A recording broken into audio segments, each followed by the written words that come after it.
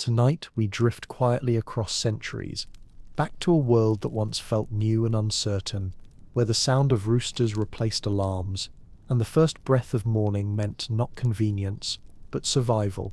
It is the year 1776. The air smells of wood smoke and damp earth, of homes built by hand and lives measured not in hours but in light. You will wake before the sun fully rises, not because you want to, but because everything around you insists on it. The restless animals, the unheated room, the faint grey glow that seeps through shutters you made yourself from rough boards that never quite fit together. For a few seconds you lie still, hearing the world before you see it. A rooster calls once, twice. Somewhere nearby, someone stirs, a sigh, a floorboard creak, the low crackle of embers remembering yesterday's fire. You breathe in the cold, smoky air, and understand that warmth here is not something you summon with a switch. It is something you earn. This is not the America of grand speeches or declarations. Not yet. It is the America of ordinary endurance. Before we step into that world completely, take a breath. Let your shoulders sink. If you find calm in these journeys through the past, feel free to stay a while. Subscribe only if you truly want to return for the next one. And while the room around you darkens, let your thoughts settle into the rhythm of that other morning, where silence still carried weight, and every sound meant something. Now, dim the lights. Imagine the faint orange pulse of a hearth flickering against rough plaster. You are waking up in 1776. The bed beneath you is little more than a wooden frame, strung with coarse rope and stuffed with straw or corn husks that whisper softly when you shift your weight. The smell is faintly sweet, faintly dusty, a reminder that what cushions you once grew in a nearby field. If you are lucky, there are feathers, but most nights they prick through the ticking, leaving tiny scratches on your skin. Sheets, if you have them, are coarse linen, stiff at the seams, and carrying the scent of lye soap, smoke, and human sleep. You are not alone. Few ever are. The idea of sleeping alone in a private room belongs to another century. Here, bodies share warmth out of necessity. 2, 3, sometimes 4 people to a bed, siblings, apprentices, even travelers passing through. You hear the slow rhythm of someone's breathing beside you, the shifting of another body on rough fabric. Privacy is not something lost. It simply never existed. You swing your legs over the side of the bed, your feet meeting the cold boards of the floor. The chill runs through you immediately, sharp and honest. There is no carpet, no insulation, only wood that creaks like an old ship. Somewhere in the dark corner of the room, the last embers of last night's fire glow faintly, waiting to be coaxed back to life. You kneel beside it, careful not to wake the others, and feed it a handful of thin splinters saved from the day before. Sparks rise, orange and trembling, before catching in the dry bark. The air changes as the flame grows, a shift from cold and flat to alive and breathing. The house itself seems to wake with you. A mouse scurries behind the wall. A rooster shouts again from somewhere outside. Light slips slowly into the room, dull grey at first, then edged with gold. No clock tells you the time. You know it by the colour of the air. Mechanical clocks exist, but few can afford them, and fewer trust them. Here, time is not measured, it is felt. The day begins when the light says so, and ends when the fire fades. You dress slowly, not because you are lazy, but because every garment has weight and cost. The linen shirt goes on first, cool against the skin, worn soft by many washings. Over it, a wool waistcoat, coarse, a little scratchy but warm enough to hold life in your chest. If you are poor, the shirt and the coat may be the same you wore yesterday, and the day before that. Clothing is not a statement of taste. It is a tool. You care for it like you would for a pot or a plough. Buttons are small treasures. Thread is saved from old seams. Even patches are patched again until they no longer hold. As you tie your shoes, heavy leather stiff from last night's damp, you feel the day already pressing against you. There are animals to feed, water to fetch, children to guide, dough to knead, firewood to split. You will not rest again until the light is gone. And yet, before all that begins, there is a pause, a small, almost sacred moment. Some people rise early, not for labor, but for quiet. They sit at the edge of their bed, hands folded, eyes unfocused, and simply breathe. This is the only time of day that belongs to them alone. It is not prayer exactly, though it often drifts into it.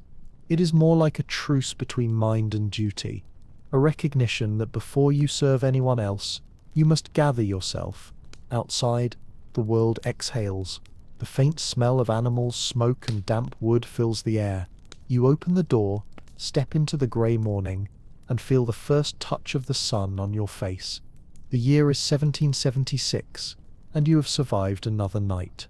The fire, now fully awake, hums softly inside the hearth. You can hear it breathe, a low, crackling rhythm that feels almost human, the pulse of the household itself.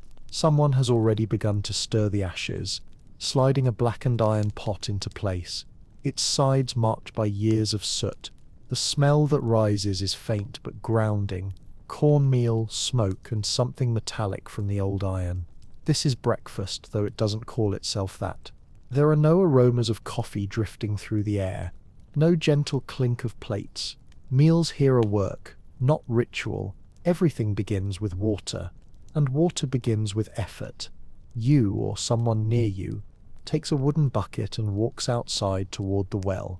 The air is cool, almost wet, filled with the scent of damp soil and straw. The world is soft in this hour. No loud wheels, no chatter yet, just the quiet creak of the rope as the bucket descends into darkness and returns heavy, trembling with cold. Every drop you carry means something. Back inside, the heat thickens slowly, the air sweetened by steam, cornmeal mush or johnny cake. Simple, filling, endlessly repeated. If there is milk, it is from your own cow or a neighbor's, strained through cloth and thin enough to barely coat the spoon. Sugar, if it appears at all, is measured in grains, not spoonfuls. Most people have never seen a full bag of it. It arrives by ship, a taste of faraway labor. Honey and molasses are rare treasures, saved for sick children or guests, remembered long after the jar runs empty. Bread, if you have it, is days old, hard at the edges, torn rather than cut. Knives are not for dining, they are for work. Butter, yellowed and firm, spreads thin and vanishes quickly. A little salt, if you are fortunate, turns the plain meal into something almost comforting. You eat standing or crouched on a stool or by the hearth. There is no dining room, no separation of table and labor. Food is simply another step in the day's machinery. There is talk, but not much. A reminder to fetch wood, a quiet scolding for a child, the creak of spoons scraping bowls, the sound of someone coughing near the doorway. Even in larger houses, silence rules the morning. Voices belong to later hours when the world grows louder. Historians often remark that people in 1776 ate far more in the morning than we do today, not because of indulgence, but because of need. The day ahead will burn through every bit of strength you can gather now. You do not eat for pleasure. You eat to last. The body knows this rhythm. Hunger is a teacher that does not repeat itself twice. As you eat, your eyes wander to the small window above the hearth. Glass, if present at all, is wavy and imperfect, catching the morning light like water. Outside, smoke rises from other chimneys, thin threads against a pale sky. You know these households by scent and sound more than by sight. Someone nearby is boiling clothes. Someone else is hammering a loose hinge. The world outside your door is already awake and moving. When the bowls are empty, you rinse them quickly with the same water you carried earlier, using a scrap of cloth that smells faintly of ash and soap. Nothing is wasted. Even the rinse water will find use later, poured onto a garden or saved for scrubbing floors. Waste is not a concept you can afford. A few families, if well supplied, might share cider or small beer at breakfast. It sounds strange to modern ears, but in this world, fermented drink is safer than raw water. Even children sip from the same jug, diluted and mild. It sharpens the senses, steadying the stomach for the work ahead. The meal ends without ceremony. There is no pause to linger or reflect. You stand, stretch, feel the stiffness in your back, and begin gathering what the day will require. The coals are adjusted, the fire set to a lower glow to save wood. Children are sent outside to chase chickens from the garden or fetch dry sticks. You take a breath and listen. The low rhythm of the settlement beginning its day, like an orchestra tuning before the music starts. Outside, the morning is a mixture of noise and scent. Hoofbeats against hard dirt, the slow groan of wagon wheels, the metallic clang of a blacksmith's hammer somewhere beyond the fields. The sky is pale now. The sun still low enough that shadows stretch long and soft. The world feels vast and empty, yet every space is claimed by labor. And here, as you step into the light, something quiet happens inside you, a kind of surrender, not from weakness, but from understanding. Life in 1776 does not ask if you are ready. It assumes you will be. You bend, you lift, you move forward. There is no difference between duty and existence. The first true work of the day begins. The air outside is already awake, though the sun still hangs low enough to cast the world in silver. You step into it and feel its damp coolness wrap around your face, the smell of soil and smoke mingling like two old friends that never truly part. Every sound carries far. The distant thud of an axe, the faint whinny of a horse, the clinking of iron on wood. Life has begun to hum, steady and unhurried, as if the entire landscape is breathing in sync. There are no bells to mark when work begins, because work has never ended. It sleeps lightly, like a restless child waking again as soon as light returns. Whether you live in a cabin, a town, or a sprawling farm, the first hours of daylight belong to duty. You start with the things that breathe. Animals before people. Chickens must be released, their feathers fluttering in the chill. Cows must be milked, the pails clattering softly as the warm foam rises. Horses stamp their hooves, impatient for grain. The scent of hay and manure fills the air, sharp and honest. Tools are waiting where you left them. Wooden handles smooth from years of sweat, blades dulled slightly by yesterday's earth. Every object in your reach has been touched by your hand hundreds of times. There are no extras, no replacements waiting in a store. If something breaks, you fix it. If you can't, you adapt. In towns, the rhythm is no less demanding, only louder. A blacksmith's hammer rings from the corner of the street, each strike echoing against wooden facades. The air shivers with heat and sparks as metal softens under flame. In another workshop, a cooper tests the curve of a barrel hoop, wood creaking under pressure, resin gleaming faintly in the morning sun.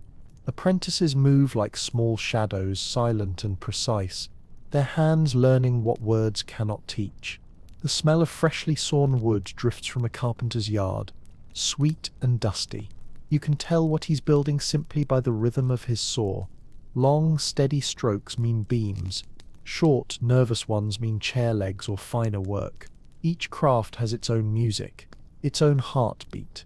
For women, the day never pauses long enough to announce its start. The fire has been tended since dawn, and already the chores unfold like a list written by time itself. Water to boil, cloth to mend, bread to rise again. Floors are swept, though they will not stay clean. Infants are carried close while hands continue moving, kneading, stirring, folding. Every task overlaps another. There is no before or after, only next. Scholars often write that in 1776, America, time was measured not by clocks but by completion. Morning ended when certain tasks were done. Midday came when hunger insisted. Evening began when the light retreated. The idea of an 8-hour day would sound strange, even childish. Here, daylight itself dictates your limits, and darkness draws its final line. You look around and realize how few people are idle.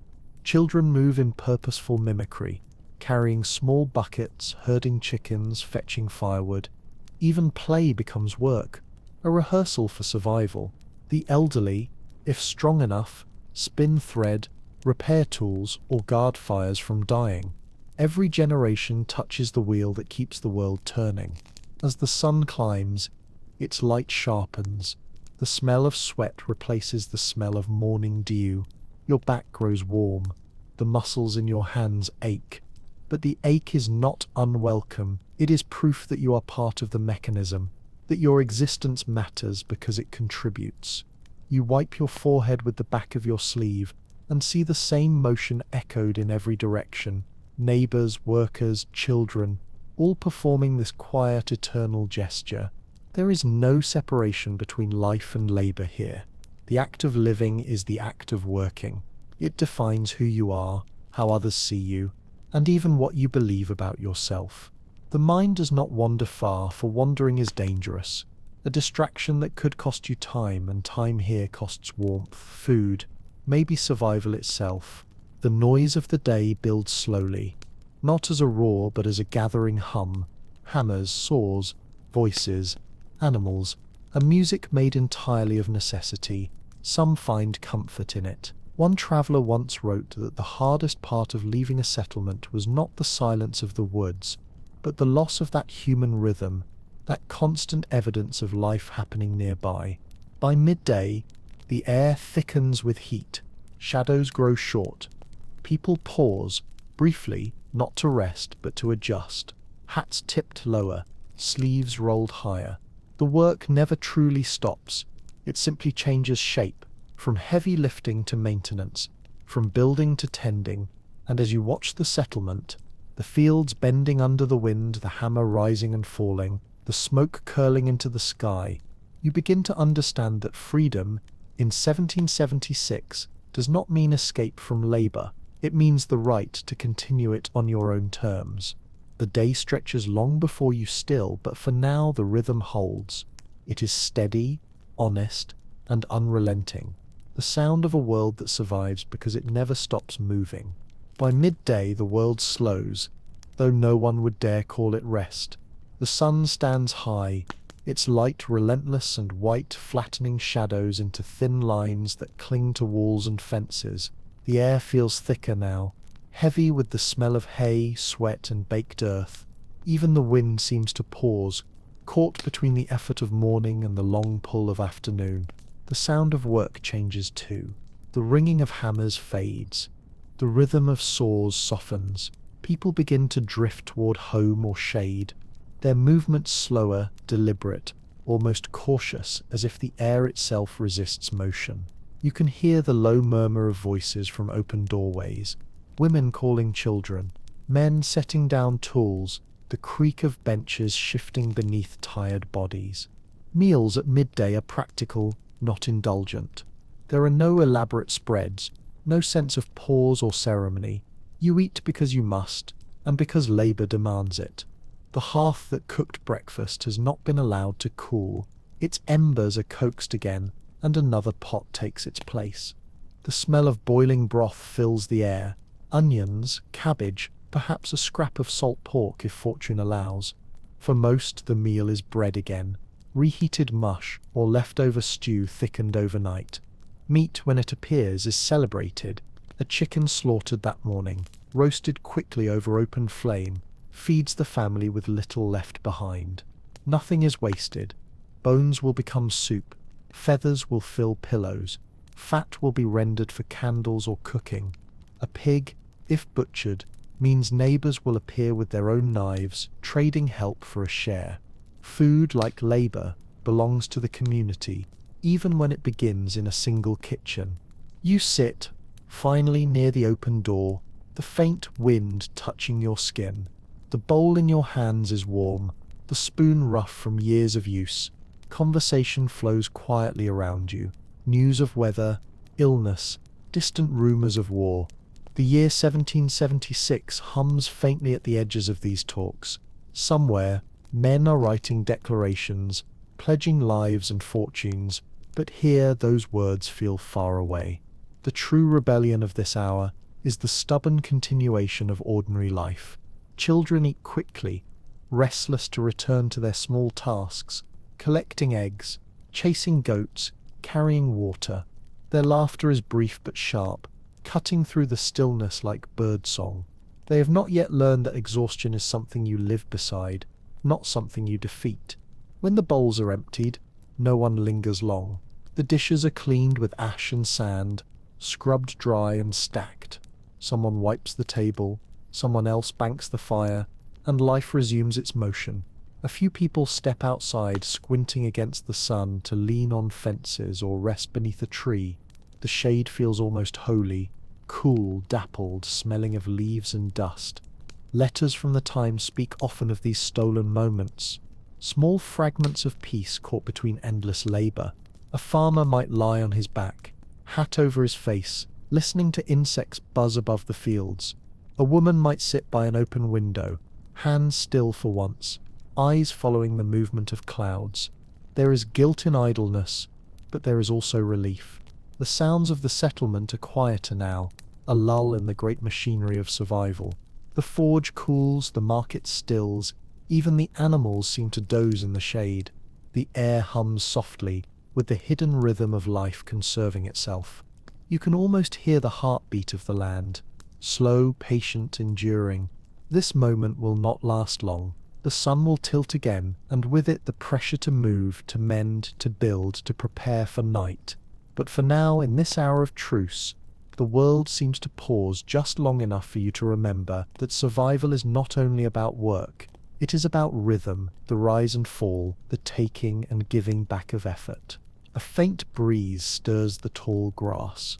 The smell of the river drifts through the air. Water, mud, something green and ancient. You close your eyes for a moment and listen. A bird calls once from far away, and for a fleeting instant time itself feels weightless. By the time the sun begins to lower, the day feels older than it should. Light turns from white to amber, brushing rooftops and tree trunks with the warm melancholy of another day survived. The air changes too, cooler now, gentler, but carrying the scent of sweat, wood smoke, and earth. Shadows stretch long across the fields as people move slowly home, not because the work is finished, but because darkness will soon forbid it. You see them on the road, men walking with tools over their shoulders, their backs bent, not from defeat, but from rhythm. The sound of footsteps on packed dirt mingles with the low murmur of voices, a kind of language older than words. Children run ahead, barefoot, their laughter thin and bright against the evening. Cows return to pens, sheep gather near fences, and the steady clatter of wagons grows quieter as one by one they find their way back into the village. The world seems to sigh. Every door that opens releases the smell of life. Cooked grain, damp wool, smoke, and candle tallow. Inside, the light is dim and flickering. Candles are precious, used only as long as necessary. Many families work by the glow of the hearth alone. The room feels alive again, as if the fire's breathing has quickened with the return of its people. Dinner, or supper, as most call it, mirrors breakfast more than it differs from it. Bread again, stew again, sometimes only milk and porridge, but with a kind of comfort that has nothing to do with taste. The sameness itself is soothing, a promise that life for now continues. Occasionally there is meat, rabbit, salted fish, or what's left of a chicken from the last market day. Herbs grown near the door add faint perfume to the broth, softening the harshness of salt and smoke. The family gathers where there is light. There is no proper table for most, just a shared space near the fire. The air hums with small talk, weather, chores, small triumphs and grievances. Someone mentions a neighbor's illness. Someone else recalls a rumor of soldiers moving north. The great events of the age filter here, slowly, wrapped in disbelief or indifference. The revolution exists somewhere else, far from this kitchen's glow. What matters tonight is warmth, food, and the presence of familiar faces. You notice how quiet the world has become. Without machines, silence is never absolute, but soft, layered with the creak of wood, the faint hum of insects, the occasional bark of a dog outside. The human voice, when it rises, sounds clearer, carrying easily through thin walls and open shutters. Neighbors might call to one another across the darkening street, sharing a joke, an invitation, or simply the comfort of sound. When the meal is done, the room does not empty. No one hurries away. Some sit by the fire, mending clothing or tools, the rhythm of their hands steady and patient. Others tell small stories, not grand ones, but tales of storms, of animals, of things lost and found. A child leans against a parent's shoulder and watches the firelight dance in their eyes. Shadows sway gently on the walls, and for a moment the house feels larger than it truly is. Letters from the time describe these hours with a kind of quiet affection. The writer does not speak of joy or rest exactly, but of peace, the calm that comes when one's duties have been met and the world for a short while stops asking for more. You can almost feel it now, the weight of fatigue balanced by the satisfaction of having endured another day. Outside, the last of the light slips behind the hills. The first stars appear, bright and close, unblurred by smoke or lanterns. The air is cool enough that the fire becomes the heart of the world again, its glow licking gently at the darkness. Someone closes the shutters. Someone banks the coals. The day exhales its final breath. And yet the night does not bring stillness. Not entirely. There are things that must still be done, livestock to check, embers to guard, children to hush, prayers to whisper. Life in 1776 never really stops. It only slows like a river that narrows and deepens in the dark. For now you sit beside the fire, feeling its warmth soak through your bones, the smell of smoke clinging softly to your clothes. The world outside the walls is vast and uncertain, wars and dreams and declarations. But here, in this small circle of light, existence is simple, fragile, and complete. Darkness in 1776. America is not an absence of light. It is a presence, thick and alive, pressing gently against the edges of every home.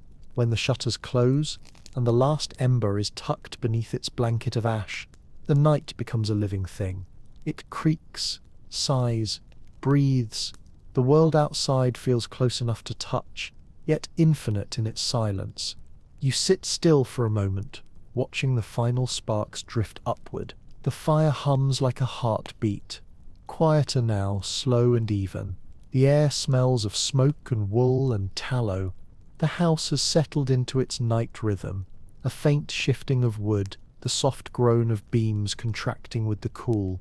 Somewhere above, a mouse scurries in the rafters, its tiny feet tracing patterns of survival as old as your own. Candles flicker, their light trembling like the surface of water.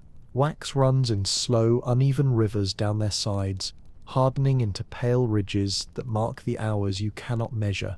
Most families cannot afford to let them burn freely.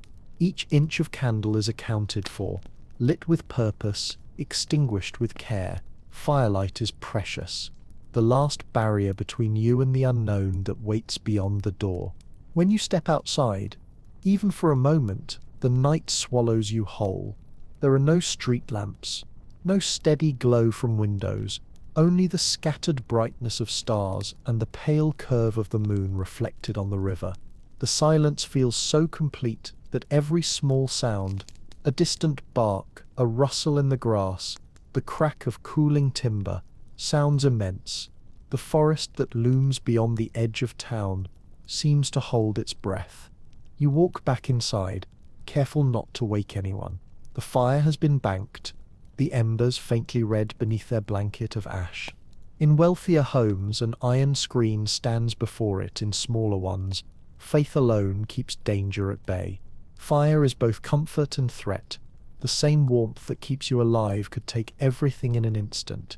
You sleep with the faint knowledge of it always nearby, a quiet watchfulness that never fully leaves.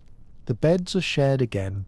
Children, siblings, travelers, all gathered into one slow-breathing rhythm. Blankets are heavy, the air thick with the smell of people and smoke and the faint sourness of wool damp from the day's sweat. Insects hum softly, persistent but unthreatening. You scratch absently, roll onto your side, and listen. The sounds of the world are small now. The ticking of cooling iron, the flutter of a bird outside, the rhythmic sigh of someone dreaming beside you. Sleep. Here comes in pieces. The night stretches long and uneven, and the human body obeys it differently. You drift for a few hours, then wake without panic, the mind rising to the surface while the world still holds its breath. Historians call it segmented sleep. To those who lived it, it was simply natural. The time between slumbers, the watch, is its own kind of quiet world. People pray softly, mend clothes by the low light, whisper to each other, or simply think. It is a gentle awakening inside the dark. You can almost feel that pause now, the slow, wandering thoughts, the weight of the blanket, the slight sting of cold at your nose where the air seeps through the walls. Somewhere a baby cries, a dog shifts, a log breaks apart with a small hiss of flame. Life continues even when eyes are closed. Some people sleep with objects close at hand, a Bible, a knife, a wooden cross, a small pouch of herbs, protection, comfort, habit, all blurred into one. In this world, faith is not something spoken of abstractly. It is folded into the fabric of survival, as present as air or fire. A whispered prayer before bed feels less like devotion and more like reinforcement, a quiet binding against the night. The stars outside burn brighter than you could imagine today. There is no haze of cities to dim them, no hum of engines to drown them. They hang low and crowded, shimmering like embers across the great velvet of the sky. For a moment, lying beneath them, the world feels both impossibly vast and impossibly small, a single fragile moment inside an endless night. And when you finally sink into true sleep again, it is not escape but surrender to the fire's pulse, to the creaking of the walls, to the small ancient sounds that promise another dawn will come. In this world, safety is never complete, but it is enough. The warmth, the weight, the slow fading of thought, these are victories of their own.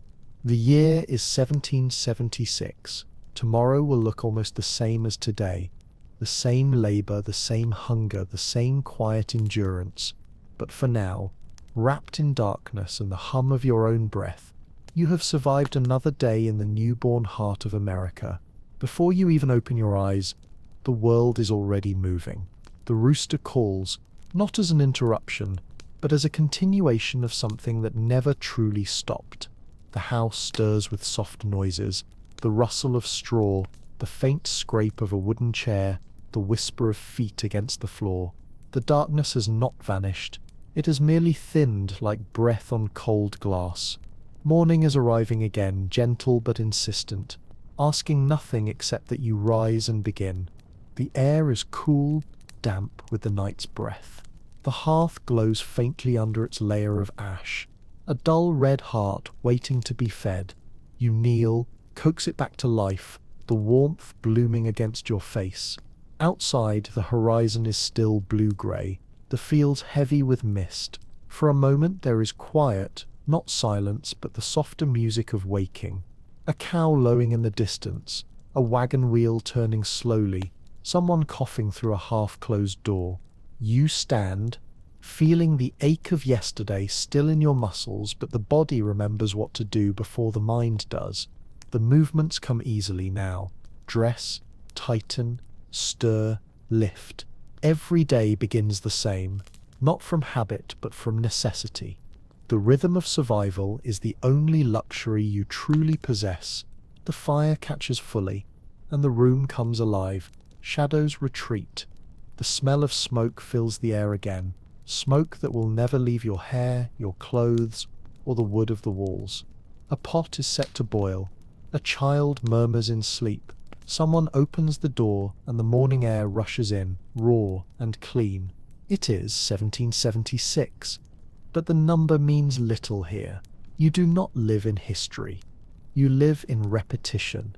The talk of independence travels slowly, carried on horseback and rumour, but what truly matters lies within arm's reach. The bread rising, the animals stirring, the fire burning, the day waiting to be worked. Freedom, as it exists here, is not written on paper or sealed with wax. It is measured in effort, the ability to keep your family warm, to fill a pot, to end the day alive. You step outside, The grass bends under your boots, still wet with dew. The sky has softened to gold along the edges, and the smell of soil and wood smoke mingles with the faint sweetness of morning air. You can feel the world renewing itself, even as it repeats. In towns, bells begin to toll. In farms, roosters answer.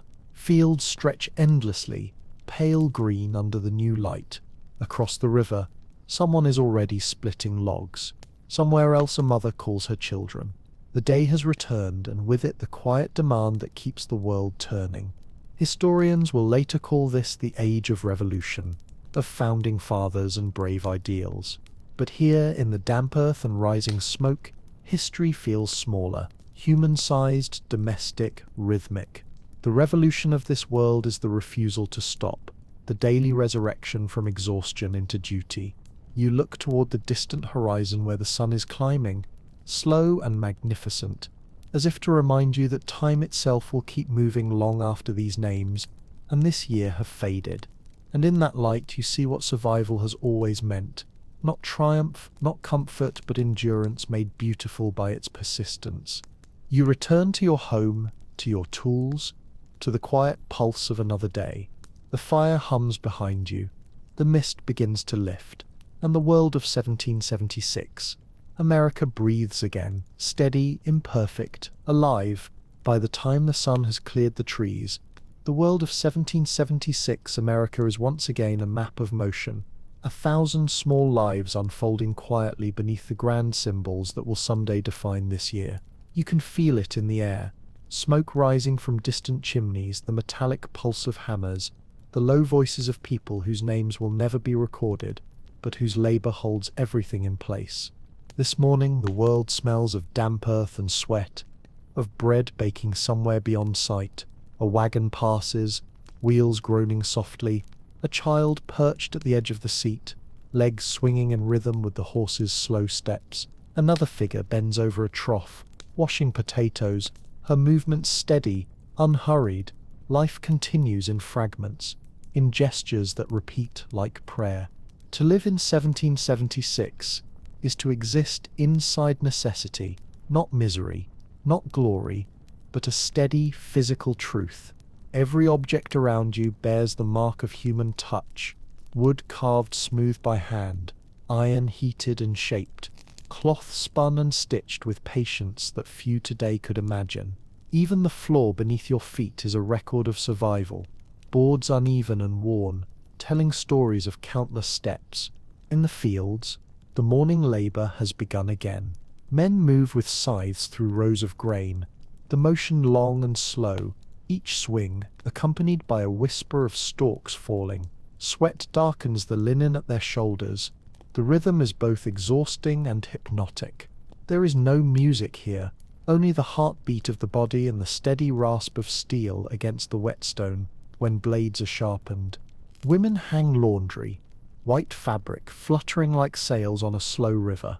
The smell of soap and wind fills the air. Children chase each other between lines of drying clothes, their laughter brief, their feet bare and quick. A small dog barks from the edge of the yard, tail cutting sharp lines through the air. Every sound here feels clean, unamplified, belonging naturally to its space. There are no fences high enough to hide from one another. You know the sound of every neighbor, the cough of old Mr. Wilkes before dawn, the way Mrs. Porter hums when she kneads dough, the creak of the Johnson's cart when the axle complains. The community is not imagined. It is audible, tangible, woven together by labor. Inside some houses, reading is beginning, a rare luxury. The Bible most often the only book. The voice of someone reading aloud moves slowly through the dim room, syllables careful, almost sacred. The children sit still, not because they must, but because the sound itself feels important. For many, words are not yet familiar companions, but visitors, precious, brief, and slightly mysterious. In towns, the rhythm differs, but not by much. A printer pulls a fresh sheet from the press, the black ink still glistening. Words about liberty and tyranny, about taxes and kings are spread on the table to dry. Outside, a merchant sweeps his doorway, and two men pause to read the headlines aloud. Voices curious but uncertain. Revolution feels close here, but it's still an echo, not yet a fire. A sailor passing through might speak of the war, of ships, of soldiers, of distant gunfire, and for a few moments the town will listen, then return to its work. The great currents of history run parallel to daily life, rarely crossing it. By noon again, heat gathers above the fields. The air is thick with dust and insects. The sky pale and hard. Somewhere in the shade of a barn, someone drinks water from a wooden bucket. The sound of swallowing loud in the stillness. The taste of iron from the well is sharp but clean. Even here, in the edges of exhaustion, there is beauty. Not the beauty of ease, but of endurance. You can see it in the way a hand steadies a plough, in the quiet pride of a finished loaf, in the brief glance exchanged between two people who have shared the same burdens for too many years to count. Historians often speak of the founding fathers, of signatures and declarations, of battles that changed maps. But the true foundation was built in silence, by hands washing, planting, carrying, mending.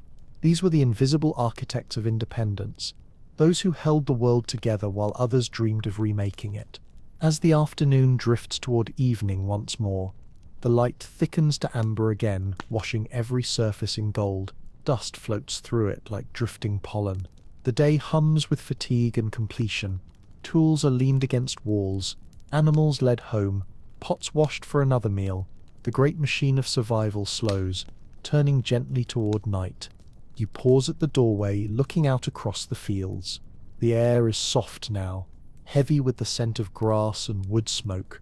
The world feels both immense and intimate, a land on the brink of something new yet deeply ancient in its rhythms. You can almost sense the unseen thread running through every life here, the unspoken agreement that tomorrow, no matter what changes, the fire will still need tending, the bread will still need baking, the dawn will still arrive. And as the sun sinks again, you understand that this is what freedom truly looked like in 1776. Not the sound of cannons or speeches, but the quiet dignity of ordinary days, repeated endlessly by people who never imagined they were making history. The light fades, the door closes, and the cycle begins again. The light slips lower, gold turning slowly to copper, and the air cools as if the land itself exhales. From the fields, workers begin to return in uneven groups, their voices soft and low, the conversation blending with the murmur of crickets and the rustle of dry grass. The tools they carry are streaked with earth, their clothes damp with sweat and dust, but there is no complaint in their movements. The day is not something to be resented. It is simply the shape that life takes. Inside the homes, the fire grows brighter as daylight drains away. The same hands that held scythes or stirred pots now set bread on a rough-hewn table, lift water from a bucket, or tie shut a window against the chill. The smell of evening is everywhere. Wood smoke, onions, wool, and the faint sweetness of cooling air drifting in from outside. A few voices carry through the open doorways. Laughter, the scrape of a chair, the bark of a dog returning home. The sound of the world softens into something steady and familiar. You can feel the fatigue of the day settling into the walls, the kind of tiredness that isn't sharp or bitter, just honest. Even children move slower now, their energy spent, their play reduced to murmurs and half-hearted games near the fire. A mother brushes crumbs from her apron. A father wipes the blade of a knife clean on his sleeve. Every motion feels earned. Somewhere nearby, the church bell rings once, marking the hour though few count it. In this world, time has less to do with numbers and more with light. When the sun sinks low enough to turn faces orange, the day is ending, no matter what the clock might say. And still, work lingers. Someone steps outside to bring in the last of the animals. Someone else lifts a pot from the coals, checks the bread, stirs what remains in the kettle. The small things must always be finished before rest begins. There is no clean line between labor and living. Every movement carries into the next, like the low hum of the wind through the trees beyond the fence line. The room glows with the faint shimmer of firelight on glass jars and iron tools. Shadows tremble across the ceiling, stretching and folding with every flicker of flame. A baby sighs. A chair creaks. A spoon clinks softly against a bowl. Nothing dramatic happens, but you feel the quiet gravity of 1,000 lives held in balance, each person repeating what their parents did before them, without needing to think about why. And as the dark gathers outside, the sounds become fewer, slower, more careful, the kind that signal not an ending but the slow turning of one day into another. The air carries the faint smell of damp soil, the promise of dew. Someone closes a door, and the fire pops in reply. Tomorrow will begin the same way, with the light pressing through shutters, the same footsteps across the same wooden floor, the same work waiting patiently to be done again. But tonight, for a few moments, the world feels whole. Outside, the horizon has vanished. The last traces of daylight dissolve into the deep blue of evening, and the land seems to fold inward, smaller, more secretive. A pale thread of smoke still drifts from every chimney, carrying with it the scent of pine and ash. Inside the homes, the air has thickened with warmth, and the world has shrunk to the circle of light around each hearth. This hour belongs to the simplest acts. Someone mends a torn sleeve, the needle glinting as it catches the firelight. Someone else stirs the coals, coaxing the embers to hold their heat through the long dark ahead. The voices that rise are low and measured, meant not to disturb the calm. You hear the small sounds of life at rest, a kettle lid rattling softly, a child's half-asleep murmur, the distant whine of a hinge as a door is closed for the night. In one corner of the room, a dog curls near the hearth, its breathing slow and rhythmic, nose twitching in dreams. Across the floor, shadows move like water, stretching and fading with the flicker of flame. There is something ancient in the way people lean toward the light, not to see, but to belong to it. Beyond the walls, the air has turned sharp. The night smells of wet leaves, cold metal, and faint traces of wood smoke drifting between the houses. The sounds carry clearly now, the clop of a horse's hooves on the distant road, the echo of someone calling out before a door closes. The world feels thin and translucent, as though sound itself travels further in the cold. You can sense how deeply darkness shaped every life here. There is no electricity, no hum beneath the silence.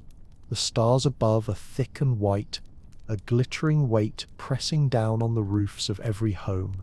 For a few minutes, even the crickets still their song, and the quiet grows so large it seems to have a body of its own. Inside, the fire breathes. A woman pours the last of the water into a basin and sets it aside for morning. Her hands are cracked, her nails short, her face still marked with the traces of heat and ash. She moves slowly now, the long exhaustion of the day pulling at her limbs. But she does not stop. Beside her, the youngest child is already asleep, one hand curled beneath the chin, mouth parted slightly in dreams. The older ones whisper to each other, half laughing, half drifting into silence. A man by the door checks the latch, glances toward the window where no light comes through, and nods once, satisfied. The day is finished. The small rituals of safety begin. A poker across the hearth, embers spread evenly, a cloth draped over the drying bread. The sound of these gestures is soft but full, the faint scrape of iron, the sigh of cooling wood, the creak of rope as someone settles into bed. Everything alive slows, aligning itself with the rhythm of the fire's breath. Sleep does not arrive quickly. It comes in waves, in pauses, in the drifting moments when the body loosens before the mind does. People lie still, staring at the ceiling where shadows ripple like slow water. Outside, wind moves through the branches, whispering in a language everyone understands but no one can name. This is the true heartbeat of the world, not the noise of daylight or the call of politics or war, but this, the deep human stillness of an evening that belongs to no one and everyone. And as the fire settles to a dim, steady glow, the night gathers itself like a blanket, tucking the land into darkness once more. Hours have passed. The fire has sunk to a dull red shimmer beneath its bed of ash, and the room smells faintly of smoke and wool and the cool iron of the hearth tools. Most of the house sleeps. The only sounds are the steady breathing of the people lying close together and the faint sigh of air slipping through cracks in the walls. You wake without alarm, not startled, not restless, simply aware. The night is long enough to allow for it. In this world, waking in the middle of sleep is not unusual. It is part of the rhythm of darkness itself. The mind rises to the surface for a while, floats quietly, then drifts back under. Historians who later studied this pattern called it first sleep and second sleep, but here no one names it. It simply is. You lie still, listening. The room feels larger now, emptier. Somewhere beyond the walls, the forest creaks in the cold, and a dog barks once, distant and brief. The stars, if you step outside, blaze so thick that they seem to hum. The Milky Way glows like a river frozen mid-motion, and you feel, just for a moment, how vast and silent the universe must be. Inside, the air holds its breath. Someone nearby shifts in sleep. A baby whimpers softly, soothed by the faint rhythm of its mother's hand. A log collapses in the hearth with a muffled sigh, sending up a brief pulse of orange light that paints every sleeping face for a heartbeat before fading. The shadows return, deep and blue. This is the hour when thoughts wander, when prayers are whispered without words. Some rise quietly, stir the fire, or sit in silence with their own minds. Letters from the Times speak of people reading scripture, sewing, or simply sitting near the window watching the night breathe. There is no fear in these hours, only awareness of the cold, of the body, of being alive in the dark. The sound of wind against the shutters is steady, almost comforting. You can smell the faint sweetness of the stored grain, the musk of wool blankets, the tired human scent of a dozen shared breaths. It is not unpleasant. It is the smell of survival, of life gathered close to protect itself. You think of tomorrow, but without anxiety. The day will bring what it always brings: work, hunger, warmth, light. The repetition is not a burden. It is a kind of promise. Life here is an unbroken chain, each link holding tight to the one before it. The mind grows heavy again. The body understands before thought does that it is time to sink back down. You roll onto your side, feeling the rough weave of linen against your cheek. The last thing you see before the world fades is the dull glow of the hearth, the same small heart of fire that has carried humanity through every night since the first. The second sleep begins. Slow and deep. Outside, the frost gathers on the edges of the fields. The moon moves past the high branches and the stars tilt westward. Somewhere far away, a river murmurs under a skin of thin ice. The world is still moving, always moving, though no one here is awake to see it. The edge of dawn comes quietly, more sensed than seen. It begins as a thinning of the dark, a cool grey seeping across the floorboards, the faintest outline of the window reappearing against the wall. The air feels different now, no longer the deep stillness of night, but something watchful waiting. The first sound is a rustle, a slow movement of someone rising from the bed, bare feet touching cold wood. A match hasn't been struck yet, but the pale light is enough to show the shape of the room. The fire has nearly gone out. Only a few faint embers glow, small as stars in the ash. A hand reaches for the poker, moves them gently, finds one alive, and feeds it with dry twigs until a small flame flickers to life. It cracks softly, smoke curling upward in slow grey ribbons. The smell of it fills the air again, sharp at first, then sweet, the scent of another day beginning. Outside, the world is wet with dew. The grass bends under it, silvered at the tips. The chickens have begun to stir, clucking softly in their roosts. Somewhere in the distance, a cow moans, a long, low sound that seems to summon the sun. You can hear a cartwheel turning far off, a voice calling faintly in reply. The settlement is awakening, not all at once, but in ripples spreading outward from every hearth. Inside, people move slowly, still wrapped in the heaviness of sleep. A woman bends near the fire, warming her hands, then turns to stir the ashes into life again. A man at the doorway pulls on his boots, the leather stiff with yesterday's mud. Children shift beneath their blankets, pretending to still be asleep even as they listen to the noises of morning, the scraping of a pot, the soft thump of wood dropped beside the hearth. The rhythm begins again.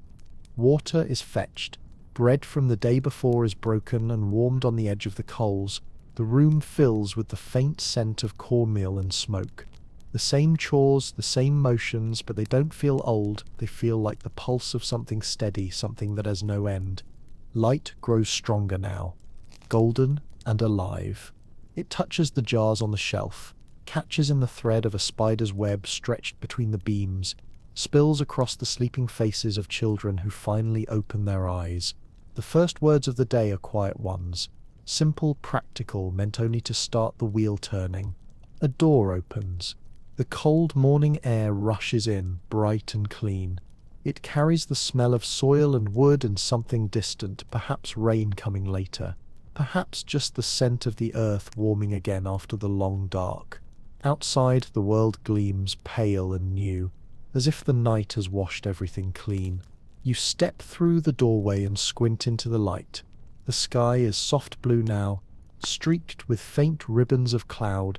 The fields stretch out before you, wet and shining. Somewhere to the east, a church bell begins to ring, a slow, deliberate rhythm that rolls through the air, reminding everyone that another day has begun. You take a deep breath, and the air tastes of smoke, dew, and time itself. Behind you, the fire crackles softly, the same fire that burned the night before, and the one before that. The circle holds work, rest, waking, labor, dusk and dark. Each day folds into the next, until a lifetime is built from these small repetitions. And as the light climbs higher, painting the fields in gold, the world of 1776 America rises again, tired, steadfast, and entirely alive. By the time the sun has lifted clear of the horizon, the air is alive again. The mist that clung to the fields thins and breaks apart, and the smell of wet grass gives way to the smell of labor. Earth, wood, animals, smoke. The sounds return one by one, slow at first, then building until they blend into a steady hum that carries through every road and doorway. A man crosses the yard with a bucket in each hand, the weight swinging against his legs.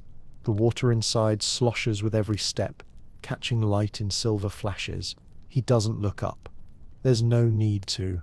The path between the well and the doorway is one he could walk blind. A boy follows behind him, carrying an armful of kindling, the twigs crackling softly under his chin. The boy tries to match his father's stride and can't, but the effort makes him smile. From the barn comes the sound of animals shifting, hooves against wood, a rope drawn tight, the quick rhythm of milk striking a pail. The cow breathes in slow, steaming bursts, the smell of hay thick and damp around her. Chickens scatter across the yard, wings beating, feathers drifting upward like scraps of paper in sunlight. Inside, a woman stands by the table, sleeves rolled to her elbows. Her hands move with practiced ease, folding dough, shaping it into loaves that will bake later in the day. The air smells of yeast and wood smoke and the faint sweetness of grain. Behind her, the smallest child sits near the hearth, tracing a finger through the ash, humming something without words. The rhythm of domestic life has already begun, invisible but constant, turning in perfect time with the work outside. In the fields, the first swing of a scythe cuts through the morning air, a clean, metallic whisper followed by the soft collapse of grass. Men move in long lines, backs bent, arms steady. The sunlight gleams on the edges of their blades.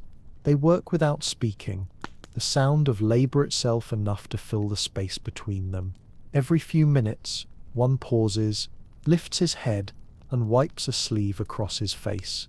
The air smells of sweat and soil, of iron and the faint scent of green things freshly broken. In town, doors open one by one.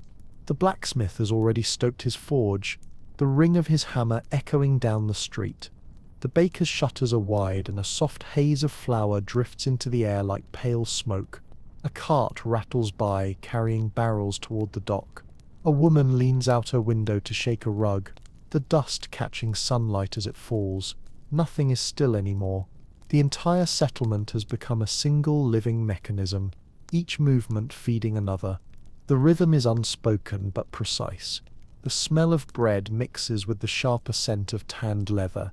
The hammer's ringing folds into the bleating of goats. Even the silence between sounds feels full, like a pause in music rather than emptiness. The people of this world don't need clocks. Their bodies already know the measure of the morning. Children carry small baskets of feed, bare feet leaving prints in the dirt. They know which animals to tend, which paths to avoid, where the edges of the garden soften into mud. They are part of the pattern long before they understand it. The light grows stronger still, turning from gold to white, sharp enough now to make everything shine. The damp fields, the river's slow skim, the polished curve of tools leaning against the fence. Shadows shorten. The day stretches ahead, endless and predictable, and yet within its sameness lies a kind of grace, the quiet certainty that each act, each motion, each breath has meaning because it sustains another. And so, as the morning deepens, 1776 America moves forward again, not with the noise of change, but with the calm pulse of people simply doing what must be done. By noon, the land glows white beneath the sky. The edges of things lose their shadows, and every movement feels slower, heavier, as if the air itself has thickened around the body. The smell of the earth changes. The cool scent of morning grass has turned warm and dusty, baked by the sun. The world hums quietly. Insects in the fields, the distant clatter of a wagon wheel, a single voice calling from far away and then fading into heat. In the fields, work continues without pause. The men's shirts cling to their backs, dark with sweat, the linen rough against skin. Their movements are steady, practiced, measured not by time but by the length of the row before them. A blade rises, falls, flashes once in the light, then disappears into the green. The rhythm is hypnotic. Breath, motion, sound, and it carries them through the hours without thought. The women work too, beneath shade if they can find it. Laundry flutters like pale flags in the wind, the fabric snapping softly. Buckets of water catch the light, their surfaces rippling gold. In some yards small fires burn, kettles simmering over the coals, the smell of soap, lye, and wet fabric mingling with wood smoke. There is always something to clean, to mend, to stir. The line between housework and labour does not exist. It is all survival. Children dart through the edges of this world, carrying messages, fetching tools, chasing chickens out of the garden. They shout, laugh, then fall silent when the adults do. Even play bends itself around work. Their feet are brown with dust, their hands scratched, their hair damp with heat. They will learn, as everyone here has learned, that rest is a privilege borrowed in minutes, not hours. Near the edge of a small town, the blacksmith wipes his brow, lifts the tongs again, and returns the glowing iron to the anvil. Each strike sends a burst of orange sparks that scatter and vanish in the daylight. The sound rings out over the street, bright and sure, the same note repeated over and over, until it becomes the rhythm of the afternoon. A cooper rolls a barrel across the yard, wood creaking against the iron hoops. The air smells of resin, hot metal, and horses. Somewhere nearby, a bell tolls, perhaps a church bell, perhaps just the sound of metal echoing across the square. It is the signal for the midday meal. Work slows but doesn't stop entirely. The energy of the world pulls inward for a while, contracting into shade and silence. Inside, the rooms are dim and cool. Curtains, if there are any, hang limp. Bread is broken. Leftover porridge is warmed, or stew is ladled from a heavy pot that has been simmering since dawn. The taste is simple. Salt, grain, maybe the faint sweetness of onion or carrot. If there is meat, it is thinly sliced, stretched across many hands. Water is poured carefully. Every drop matters. There is no talk of leisure, no expectation of relief. The pause is enough. A few breaths, a seat near the door where a stray breeze might wander in. Someone fans the coals to life again. Someone else wipes the sweat from their neck and leans back against the wall, eyes half closed. Through the open doorway, the light outside looks blinding. Dust floats in it. Slow and golden, the heat has quieted even the animals. The yard is still, as if the entire world has agreed to rest in place for one shared heartbeat. The silence is not empty. It is full of living things simply choosing not to move. Then, as though on cue, someone stands, adjusts their hat, and steps back into the sun. The rhythm begins again. The scythe swings, the hammer falls, the wheels turn. The work of the afternoon waits, endless but familiar, patient as the light itself. And the people of 1776 America move forward once more, not out of hope or glory, but because the day demands it, and the day will not end until they do. By late afternoon, the sun begins to tilt and lose its harshness. The air cools just enough to move again. You can feel the change in the body first, the ache in the shoulders easing, the breath coming easier, and then in the land itself, as if everything has exhaled. Shadows lengthen, stretching across the fields like long blue rivers. The colour of the day deepens. Gold turns to amber, amber to the first hints of dusk. In the fields, tools are lifted and leaned against fences. The men pause, straightening their backs, wiping sweat from their brows. They look out across the work they have done, rows of stubble glowing in the low light, and there is a wordless satisfaction in their stillness.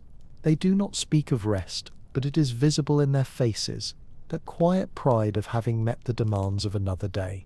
From the houses, the smell of wood smoke thickens again, fires are stirred, pots set over the coals. The evening meal begins long before the sun has gone. You can hear the low hum of conversation drifting through open windows, the laughter of children returning from chores, the creak of doors and the splash of water being poured. The world gathers itself inward now, pulling warmth toward its center.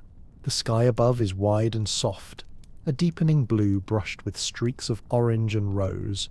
Birds circle low, calling to each other, their wings catching the last light. The sound of the settlement becomes rounder, slower. Hammers fade, wheels fall quiet, and the day's sharp noises are replaced by the quieter ones of evening. A broom sweeping a step, a dog shaking out its coat, a chair being dragged close to the fire. Inside, a woman pulls bread from the oven, the crust dark and cracked, the smell filling the small room. Someone slices it, the knife scraping against the wood of the table. The stew bubbles low, thick and fragrant. The talk is gentle, a recounting of the day, a note of something broken that must be mended tomorrow, a small joke that draws a tired smile. Beyond the house, the town changes colour.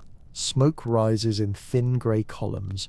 Drifting east, children chase one another in the fading light, their laughter high and bright, echoing off walls before falling into silence. A horse nickers from the stable, answered by another down the road. The rhythm of life slows but never stops. Soon the first candles will be lit. Their flames will flicker and bend in the small currents of air. The walls will turn gold again, but this time softer, closer. People will sit by the fire, mending, talking, letting the light play across their hands. Fatigue lingers in every motion, but so does something gentler, the contentment of having reached the day's quiet end without disaster, without loss. Outside, the sky fades through every shade of dusk. The first stars appear, faint, then clear, then bright enough to outshine the horizon. Somewhere, a fiddle begins to play, slow and low, the melody thin as thread, but steady enough to travel through the still air. It reaches the nearby houses, slipping in through open shutters, softening the night that is already forming. Voices answer it, not singing, just talking, the sounds overlapping like waves. The night hasn't taken the land yet, but it waits at the edge, patient, gentle, certain. The people of 1776 America continue their quiet tasks, unaware that centuries later someone will wonder what these hours sounded like, what they smelled like, what it felt like to live in the warmth between labor and dark. And as the last strip of sunlight folds beneath the trees, the world seems to hold its breath again, ready for the small miracle that happens every evening, the slow surrender of light, the closing of the day. When the last rim of sunlight sinks behind the trees, the world changes color all at once. The fields turn silver, the road becomes a shadow, and the sky spreads wide and dark like a calm ocean. A single star appears, then another, until the heavens fill with so many points of light that the horizon itself seems to tremble. The night has come again, not hurried, not loud, but inevitable, as certain as breathing. The air is cooler now, the warmth of the day has bled out of the earth, and the wind carries the smell of damp soil, of leaves and smoke. From every chimney, a thin grey line drifts upward, fading into the dark. The first crickets begin their slow, steady song. The sound feels endless, like the turning of the world itself. Inside the homes, firelight flickers across walls and beams. The evening meal is finished. Bowls have been washed, the table cleared, and the room carries the faint, sweet trace of bread and smoke. Children have grown quiet, gathered near the hearth, heads drooping as sleep steals over them. A woman hums softly, not to entertain but to keep rhythm as she folds fabric and sets it aside for morning. Her voice is low, a sound meant only for herself and the night. In another room, a man sits by the small window, pipe in hand, looking out into the dark. The red glow at its tip fades and flares with every breath. He is not thinking of politics or war, not tonight. His mind is on the weather, the fields, the small cracks in the barn roof that will need mending before winter. Beyond the window, a barn owl glides silently over the pasture, wings barely moving. The night presses close. It feels alive, heavy with quiet, but never empty. The walls creak. A log settles in the fire with a dull sigh. Somewhere down the road, a dog barks twice, short and sharp, then stops. The sound of wind in the eaves fills the silence that follows. Beds are drawn close to the fire for warmth. Blankets are thick and rough, smelling faintly of wool and smoke. People move slowly now, with the heavy grace of exhaustion. The light from the hearth dances across their faces, tired, soot-shadowed, lined from work. The day's fatigue softens them, makes them gentler. A child mumbles something half-formed, already dreaming. A mother smooths the blanket, her hand moving in a slow circular motion that never quite stops. It's not a ritual, not something learned. It's instinct as old as the need for comfort itself. Outside, the village has gone nearly silent, only the faint ring of metal somewhere in the distance. A last hammer striking an anvil before the forge goes dark. Then nothing. Only the wind and the slow rhythm of the crickets. The moon rises, bright and white, cutting shadows across the fields. The fences gleam faintly in its light, and the roofs of the houses shine like dull silver. The whole world seems made of breath and reflection. From above it would look peaceful, small clusters of firelight scattered like embers across a sleeping land. And within each ember, life continues. A woman banked the fire for morning, a man rolling onto his side with a quiet groan, a child dreaming of something as ordinary and beautiful as the sound of rain. This is how the night holds them all, close, still, and safe for a few hours more. The night has settled completely now. Every house is dark except for the faint orange pulse behind a few shutters where embers still glow. The air outside is cold enough to make breath visible, and the ground shines faintly with dew. A thin fog moves between the barns and fences, soft as breath, turning the world into a dream half remembered. Inside, the fire has collapsed into quiet coals. The room is thick with stillness, the kind that has weight. Every sound is clear in it. The small pop of ash shifting, the sigh of someone turning in their sleep, the faint squeak of rope where it holds the bed frame together. Nothing stirs without reason. The house itself seems to sleep. The sky outside is immense, filled with more stars than any modern eye could imagine. They hang low, steady and white, so many that they bleed into one another. The Milky Way spills overhead like a river of frozen light.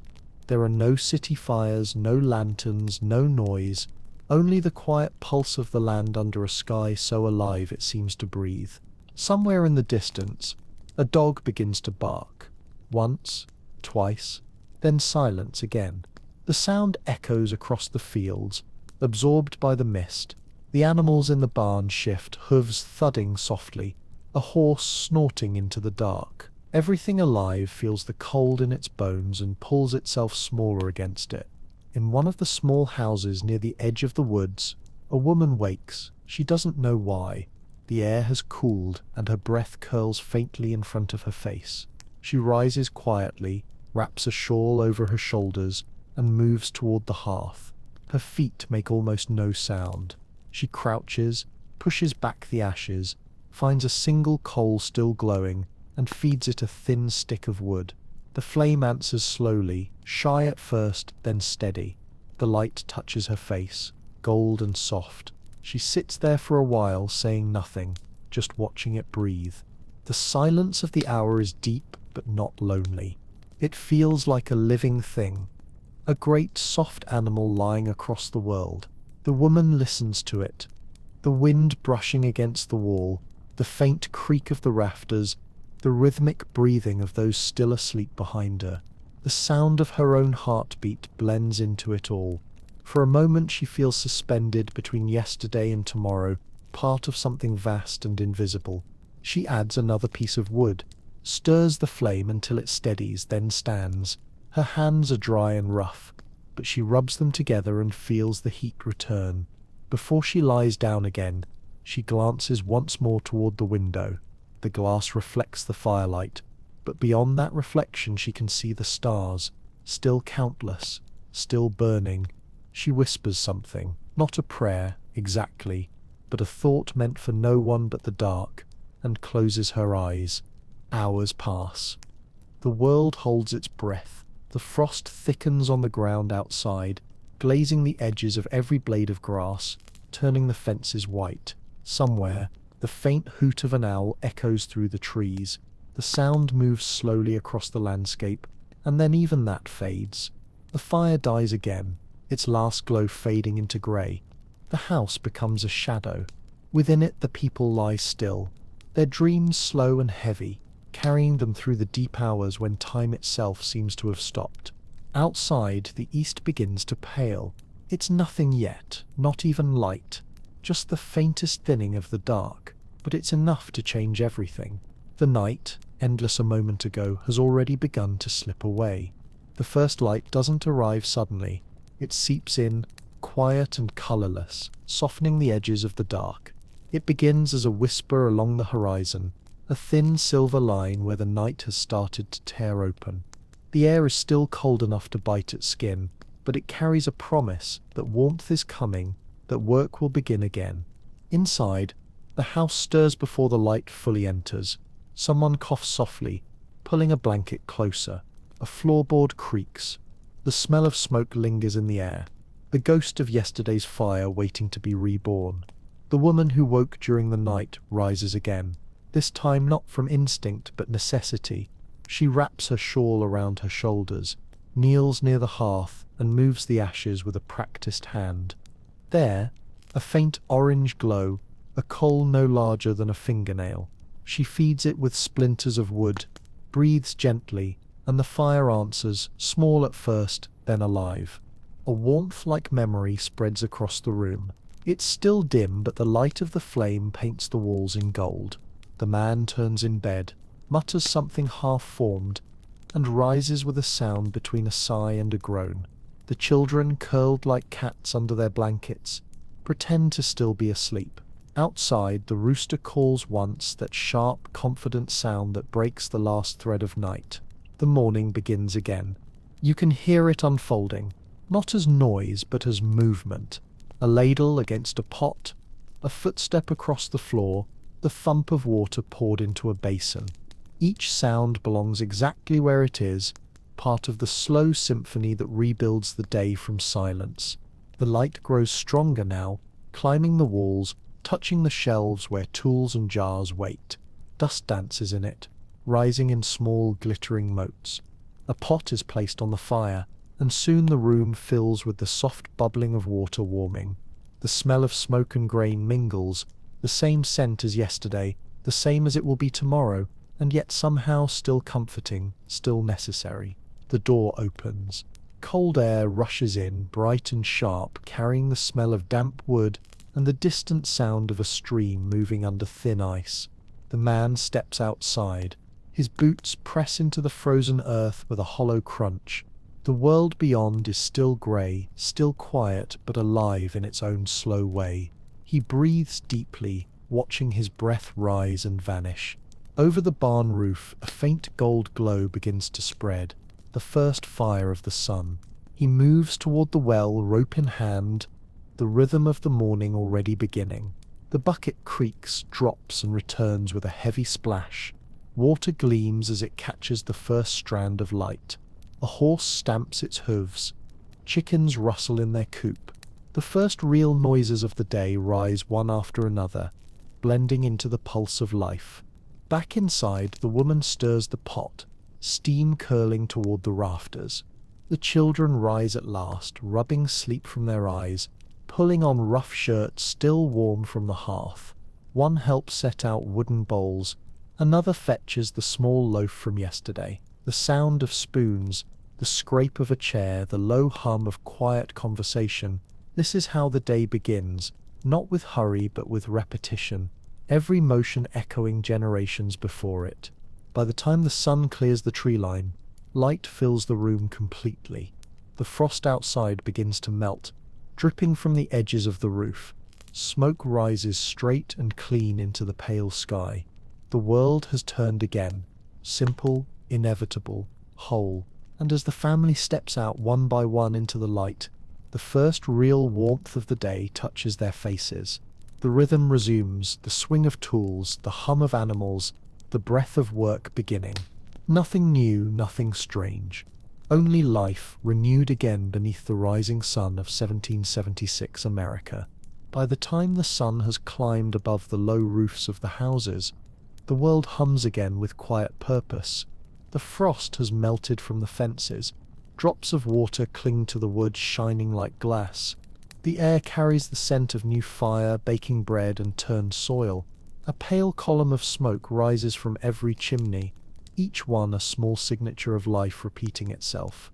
People move easily through this early light. A man crosses the yard with a yoke across his shoulders, the wooden beam resting against the muscle of his neck, 2 heavy buckets of water swinging from either end. His breath clouds before him in small bursts. Behind him, his wife steps into the doorway, shading her eyes to the morning. She calls something soft, a word half greeting, half reminder, then turns back inside where the first meal of the day is taking shape. The children are awake now.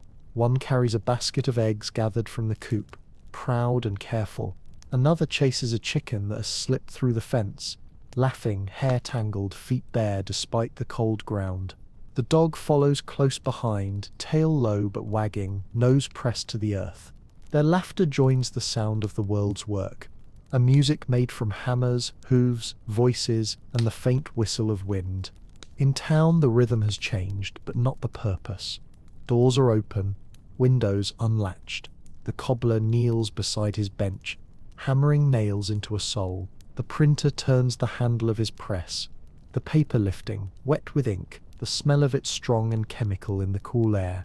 At the forge, the blacksmith's arm rises and falls in a steady rhythm, sparks bursting outward like fireflies caught in daylight. The marketplace begins to stir, not crowded, but alive. A cart rattles over the packed dirt road, its wheels leaving deep grooves behind. Someone sells apples, bruised but sweet. Someone else carries bolts of coarse linen folded over one arm. Voices overlap, barter, greeting, laughter, complaint. There is no shouting, only the murmur of living. In the fields beyond, the day has already turned to labor. The land glows gold under the sunlight. and the air is filled with the small sounds of farming, the soft clatter of a hoe striking stone, the creak of leather harnesses, the dull rhythm of a cart wheel turning. Horses pull slowly, their sides slick with sweat, steam rising faintly from their backs. The smell of earth is everywhere, warm, damp, filled with the faint sweetness of grass and clay. A woman walks the edge of the field, her apron full of herbs gathered from the garden.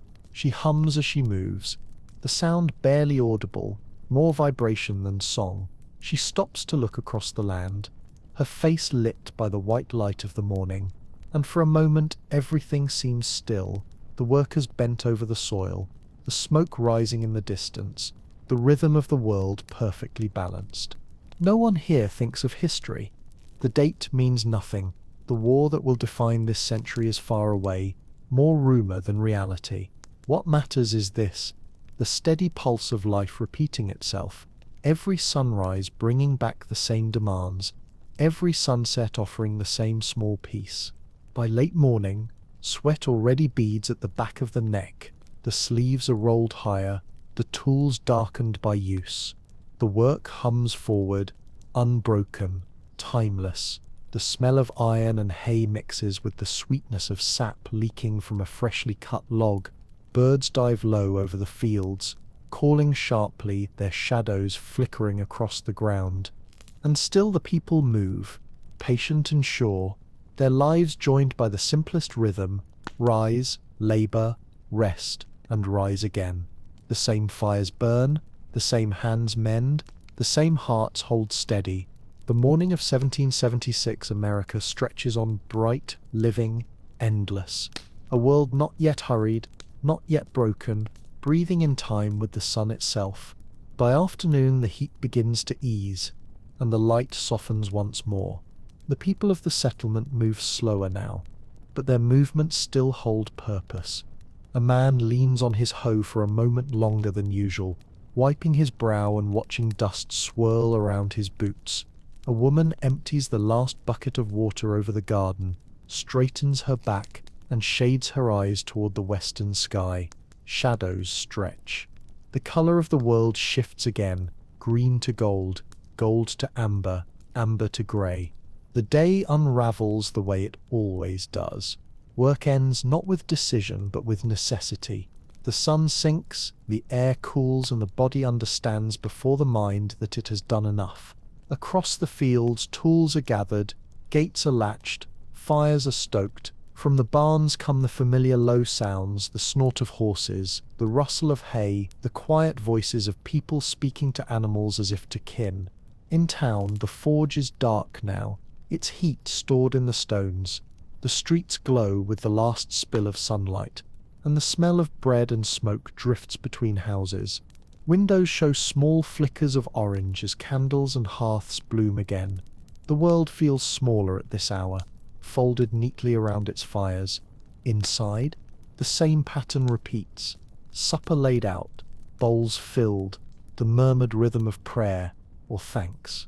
The food is simple: stew, bread, a heel of cheese, a shared jug of cider. Fatigue makes everything taste richer. Conversation is sparse but warm. Remarks about the weather, about the harvest, about a neighbor's new foal, or a child's stubbornness. The laughter that rises is quiet, but real. Outside, twilight thickens into blue.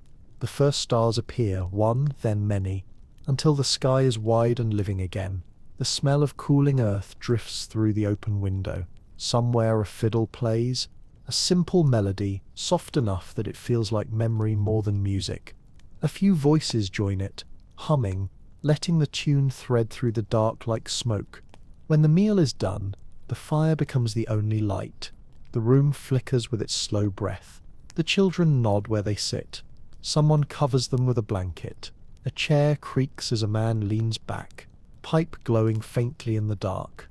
The talk fades into murmurs, then into silence. Beyond the walls the night is whole again. The fields gleam faintly under the moon. The fences white with dew. Somewhere an owl calls, and the sound carries across the valley. The air is cool, clean, endless. Inside the house the fire dwindles, and the people drift toward their narrow beds. The last sound is the faint rustle of blankets, a sigh and the quiet, steady rhythm of breathing. The house, the town, the land, all of it rests now in that long, patient darkness. Another day has ended, another will come. The same work, the same light, the same small victories that keep life turning.